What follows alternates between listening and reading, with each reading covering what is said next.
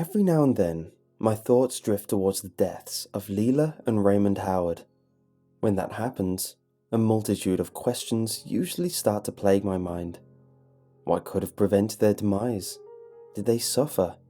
How many chances to save them were wasted? How many warning signs were ignored? But what really pains me to know is, how did it all end? Note, the following is a true story. On Sunday, June 29th, 1997, elderly couple Lela and Raymond Howard from Salado, Texas, decided that they were going to a day festival in Temple, a nearby town. It was to be a 50-mile trip, and Lela was driving. The couple departed that morning, despite their earlier objections by Lela's son, who had begged to drive his mother and father himself instead. Lela declined, saying, "No, we know where to go. We go every year." Lela's son's concern stemmed from the fact that his 83-year-old mother was showing signs of Alzheimer's disease and was often easily confused at things. At one time, Lela even meant to show up at a local Walmart for a morning coffee at 10:30 a.m., but instead arrived at 10:30 p.m., perplexed at why the sun was not yet up. 88-year-old Raymond, too, was showing signs of mental deterioration due to a recent brain surgery done to combat a stroke and head injury. Lela and Raymond, though, were not aware of their severe mental decline and left for the festival that morning without even telling their other adult son, who lived just next door. The afternoon passed and the Howards didn't return home. However, at a local Walmart in Temple, agreed to there remembered seeing Lela and Raymond coming in for coffee during the afternoon. After that, the couple's movements could not be accounted for. The several children between the two had become immensely worried for their elderly parents' safety, so they contacted the authorities and a missing persons bulletin was posted that day. The Howards remained missing. 3 days later, on Wednesday, July 2nd, a newspaper article was published in the Austin American-Statesman about the missing couple titled, "Elderly Salado Couple Missing on a Trip to Nowhere." It read, "Lela and Raymond Howard are on a 4-day trip into thin air. The Central Texas couple, in their 80s with diminishing health, somehow have turned a 15-mile journey for a cup of coffee and a party into a 500-mile-plus misadventure with no known destination." The same day, a deputy in rural Arkansas pulled over Lela for driving with her headlights off, as it was nighttime. Lela and Raymond were 500 miles away from their original starting point in Salado, Texas. The deputy later noted that Lela was polite, gentle, and acted just like his grandmother. When Lela stated that they were trying to get back to Texas, the deputy noted that they were headed in the wrong direction if they were trying to return to that state, so he gave them directions. The deputy then asked Lela where she lived, but she could not remember. The deputy let them off with only a warning. The couple were pulled over again about half an hour later for driving with their high beams on. This deputy also let them go. Neither of the deputies knew about the newspaper article, nor that the Howards were missing persons. The Howards once again disappeared. The next day, on Thursday, July 3rd, there was another article about the Howards. They had allegedly been spotted at a farmer's market in Arkansas, and authorities in 11 states were on the lookout for them. On Friday, July 4th, another article stated that authorities had narrowed their search to 3 specific counties in Arkansas. There were no further developments in the search until Wednesday, July 9th, when the couple's story was covered on the CBS morning news show. Yet another newspaper article was published about the Howards in the Austin American-Statesman, making the front page. That article's editor, Denise Gamino, stopped by the Howards' house, and the signs of the couple's mental decay were obvious. There was folded clothing still laying on the couple's bed, as if they started packing for some sort of long trip. The television was unplugged and hearing aids were left behind in the bathroom, as well as various toiletries. Even though the month was currently July, the Howards' calendar was still on the page for February. Perhaps most notably, the Howards' cat, Happy, was left behind, essentially abandoned. The couple's children and grandchildren were apparently unaware of how bad their parents' mental health had become. The search intensified as authorities employed dozens of deputies, carefully combed obscure backroads and bush areas, posted flyers, and questioned many civilians over a very large area. Helicopters were even later used in the search, and the search area grew to 1,000 miles from Salado, Texas. By then, one of the Howards' grandsons had offered a reward of $1,000 for his grandparents' safe return. Tips came flooding in after the CBS morning show, but none led to the Howards' discovery.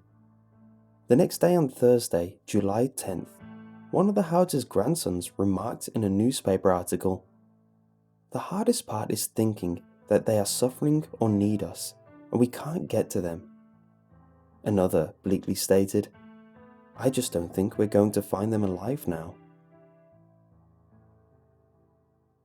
Unfortunately, everyone's worst fears were finally realized on Saturday, July 12th, when the bodies of Lela and Raymond Howard were discovered in their car by hikers at the bottom of a 25-foot cliff, just outside Hot Springs, Arkansas.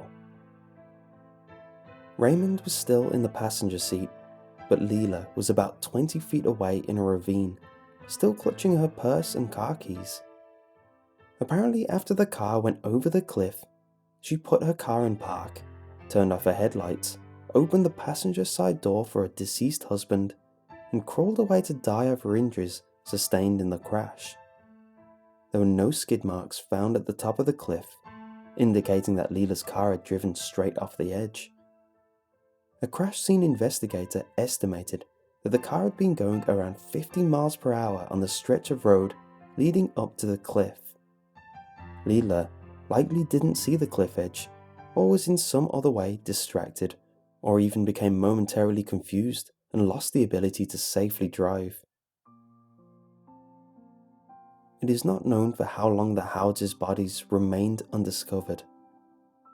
Sadly, the crash site where Lela and Raymond's bodies were found was within a zone previously searched by the authorities, but searchers could not see the bottom of the cliff due to the excess brush in their line of sight.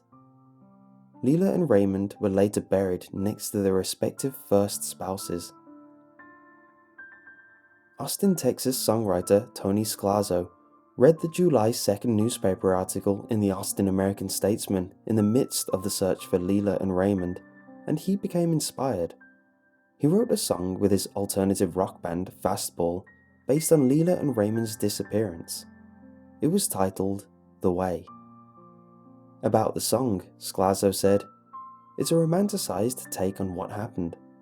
Scalzo pictured them taking off to have fun, like they did when they first met. Scalzo wrote the song before Howards' bodies were discovered. The album containing The Way, All the Pain Money Can Buy, was released in 1998, 1 year after the Howards' bodies were found. Despite The Way's cheerful, optimistic sound, the lyrics are haunting. They made up their mind and they started packing. They left before the sun came up that day, an exit to eternal summer slacking. But where are they going without ever knowing the way? They drank up the wine and got to talking. They now had more important things to say. And when the car broke down, they started walking. Where were they going without ever knowing the way? Anyone can see the road that they walk is paved in gold, and it's always summer. They'll never get cold. They'll never get hungry. They'll never get old and grey. You can see their shadows wandering off somewhere. They won't make it home, but they really don't care. They wanted the highway. They're happier today. Their children woke up and they couldn't find them. They left before the sun came up that day. They just drove off and left it all behind them. but where were they going without ever knowing the way?